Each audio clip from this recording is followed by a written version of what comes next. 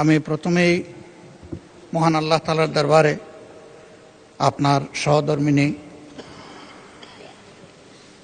দিলারা হাফিজের আত্মার মাগফিরাত কামনা করছি এবং মহান মানবের দরবারে তার জন্য জান্নাতুল ফেরদাউস কামনা করছি। আমি আবারও ধন্যবাদ আপনাকে জ্ঞাপন করছি। গত 15 তারিখ অনুষ্ঠিত অধিবেশনে পয়েন্ট অফ অর্ডারে দাঁড়িয়ে গুরুত্বপূর্ণ বিষয়টি আমি আপনার দৃষ্টিতে আনতে সক্ষম হয়েছিলাম এবং আপনি অনুগ্রহ করে আমাকে পরামর্শ দিয়েছিলেন এই ব্যাপারে যথাযথভাবে নোটিশ প্রদান করার জন্য। সে নোটিশ প্রদান করা হয়েছে এবং আপনার অনুপস্থিতিতে মাননীয় ডেপুটি স্পিকারের দায়িত্ব পালন করেছেন। প্রাথমিক আলোচনার পর বিষয়টি আলোচ্য সূচিতে অন্তর্ভুক্ত করার সিদ্ধান্ত তিনি দিয়েছেন। সে মোতাবেক আজকে দিনের শেষ আলোচ্য বিষয় হিসাবে 2 ঘন্টার জন্য এই বিষয় নির্ধারণ করা হয়েছে। আমি বিরোধী দলের পক্ষ থেকে আপনাকে আন্তরিক মোবারকবাদ জানাচ্ছি এটা সূচনা করার জন্য। বাংলাদেশের স্বাধীনতার এক এক করে 54 বছর অতিক্রম হয়েছে। এর মধ্যে অনেক সরকারই গঠিত হয়েছে এবং পরিবর্তন হয়েছে। মানুষের বিপুল প্রত্যাশার জায়গায় দাঁড়িয়ে আজকে আমরা সকলেই বলে থাকি যে স্বাধীনতার পূর্ণ আকাঙ্ক্ষা এখনো বাস্তবায়িত হয়নি। আপনি একজন গর্বিত বীর মুক্তিযোদ্ধা, বীর বিক্রম। আমিও ক্ষুদ্র একটি শহীদ পরিবারের সন্তান। সে মুক্তিযুদ্ধে যারা জীবন দিয়েছিলেন, আমাদের পরিবার কয়েক ফোঁটা রক্ত দিয়ে তাদের সাথে শরীক হওয়ার সৌভাগ্য অর্জন করেছে। বাংলাদেশ আমাদের সকলের। পর্যায়ক্রমে কেউ না কেউ এই দেশের শাসনভার পরিচালনা করবেন, এটাই স্বাভাবিক। একটি গণতান্ত্রিক রাষ্ট্র যেখানে কোনো রাজতন্ত্র থাকে না, সেখানে বংশ পরম্পরায় শাসনেরও ব্যবস্থা থাকে না। জনগণের ভোটের মাধ্যমেই সরকার গঠিত হয় এবং সেই গঠিত সরকার দেশ পরিচালনা করে। দুঃখের বিষয়, অতীতে জনগণের ভোটে নির্বাচিত হওয়া সত্ত্বেও জনগণের ভোটের অধিকার বারবার খর্ব করা হয়েছে, কোনো কোনো ক্ষেত্রে হত্যা করা হয়েছে। প্রথম যে সরকার গঠিত হয়েছিল তারা জনগণের ভোট পেয়েই নির্বাচিত হয়েছিলেন, কিন্তু আমরা সেখানে লক্ষ্য করলাম যারা বহুদলীয় গণতন্ত্রের কারণে এই সুযোগটা পেয়েছিলেন তারাই এসে বহুদলীয় গণতন্ত্রকে হত্যা করে একদলীয় বাকশাল কায়েম করলেন। 72-এ যে সংবিধান ছিল, এই সংবিধান তার অনেকটুকু এখানেই হারিয়ে ফেলে।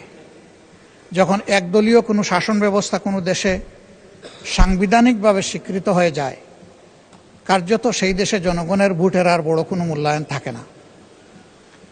এভাবে বারবার সরকার এসেছে, সরকার গিয়েছে।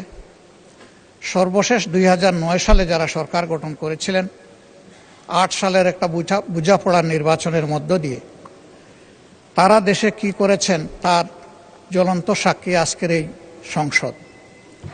আমি সেদিনও বলেছিলাম, আমার ধারণা ফ্যাসিস্ট সরকারের হাতে নির্যাতনের শিকার হননি এমন বোধহয় কোনো সদস্য এখানে নেই।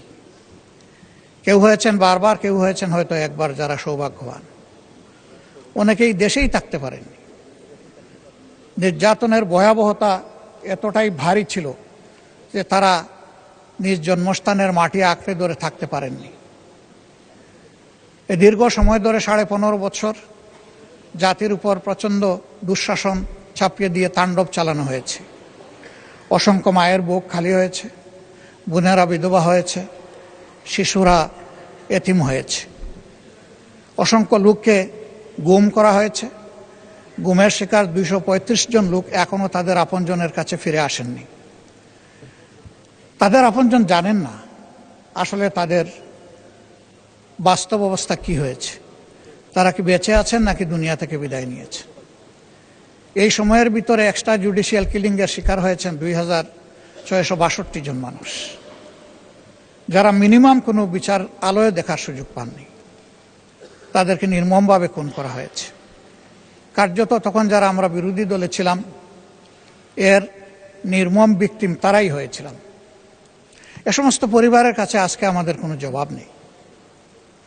শুধু তাই নয়, রাষ্ট্রের সকল সাংবিধানিক প্রতিষ্ঠানকে একে একে ধ্বংস করে ফেলা হয়েছিল এবং সবগুলোতেই দলীয় কর্তৃত্ব এককভাবে কায়েম করা হয়েছিল দেশকে কুক্ষিগত করার জন্য। শেষ পর্যন্ত আমরা লড়ে গেছি সবাই, যার যার জায়গা থেকে যতটুকু পারি ম্যাক্সিমাম। তাদের অপকর্মের শেষ পরিণতি হিসাবে 2024 সালের জুলাই মাসে যে আন্দোলন তরুণ যুব সমাজের দ্বারা দানা বেঁধে উঠেছিল, আগস্টের 5 তারিখ গিয়ে এটা পরিণতি লাভ করেছে। এই জন্য কোনো দেশের ক্যালেন্ডারে 36 জুলাই বলে কিছু নাই, আমাদের দেশে তা প্রতিষ্ঠিত হয়েছে। এই আন্দোলনে যারা নেতৃত্ব দিয়েছেন তারা সৌভাগ্যবান, আমি আরেকবার তাদেরকে অভিনন্দন জানাই। কিন্তু এই আন্দোলন শুধু মুষ্টিমেয় কিছু যুব সমাজ সম্পৃক্ত ছিলেন না, বরঞ্চ এই আন্দোলনে কৃষক, শ্রমিক, মেহনতি জনতা, মোটে, মাঝি, মজুর, ছাত্র জনতা সবাই সম্পৃক্ত হয়েছিলেন। দুধের শিশু নিয়ে মাও রাস্তায় নেমে এসেছিলেন এবং এইরকম শিশুরাও, 4 বছরের শিশু এই আন্দোলনে শহীদ হয়েছে। মাননীয় বিরোধী দলের নেতা, আমি যাচ্ছি ওই জায়গায় চলে যাচ্ছি। না, আমি আপনাকে বিনীতভাবে স্মরণ করে দিতে চাই, এটা 2 ঘন্টার আলোচনা। প্লিজ, আমি এই জায়গায় আপনারা যে তালিকা দিয়েছেন সেখানে তো অনেক টাইম আপনারা বেশি দিয়েছেন, সুতরাং সময়ের উপর একটু খেয়াল রাখবেন, পরে আপনি আবার বলার সুযোগ পাবেন। মাত্র 2-3 মিনিট নিচ্ছি মাননীয়। ওকে, প্লিজ, থ্যাংক ইউ। তো সেই প্রেক্ষাপটে ওই ফেসিবাদ যাতে আর ফিরে না আসে, এই জন্যই জুলাইতে আকাঙ্ক্ষা তৈরি হয়েছিল যে দেশ একটা ন্যায্যতার ভিত্তিতে, ন্যায় বিচারের উপরে একটা দেশ কায়েম হবে যেখানে সবাই সবার সমান অধিকার পাবে নাগরিক হিসাবে।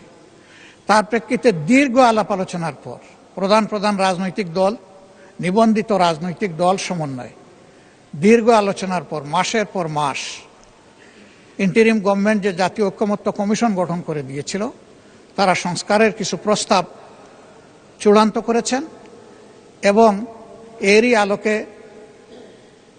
মাননীয় প্রেসিডেন্ট তিনি একটি আদেশ জারি করেছেন। যে আদেশটি আমি গতদিন সবিস্তারে পড়ে শুনিয়েছি, আজকে আর আমি সেই দিকে যাচ্ছি না।